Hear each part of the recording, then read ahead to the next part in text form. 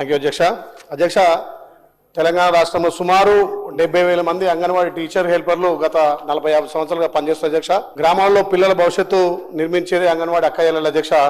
మరి పిల్లలకు పోషకాహారం అందించేది కానీ, గర్భిణీ చూసుకోవడం కానీ, చిన్నపిల్లల ఆరోగ్యం కాపాడడం కానీ, అంటే సమాజానికి పునాది వేస్తున్నారు అధ్యక్ష అంగన్వాడీ టీచర్లు కానీ హెల్పర్లు.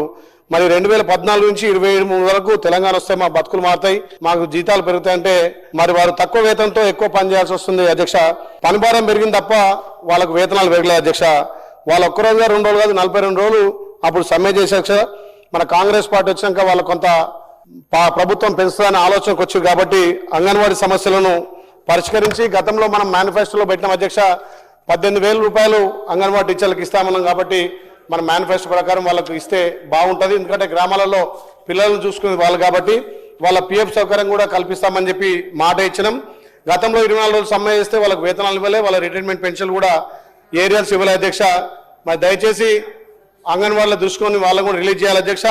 ఈ అంగన్వాడీలకు పేద పిల్లలే పోతారు కాబట్టి, గ్రామాలలో పేద పిల్లలు అంగన్వాడీ పోతారు కాబట్టి వాళ్ళకు ఇంకా కూడా ఏదైతే అంగన్వాడీ ఖాళీలు ఉన్నాయో ఖాళీలను నింపాల్సిందిగా మీ ద్వారా ప్రభుత్వాన్ని విజ్ఞప్తి చేస్తూ అంగన్వాడీ అక్కయ్యలను ఆదుకోవాల్సిందిగా మీ ద్వారా విజ్ఞప్తి చేస్తున్నారు అధ్యక్ష. Thank you.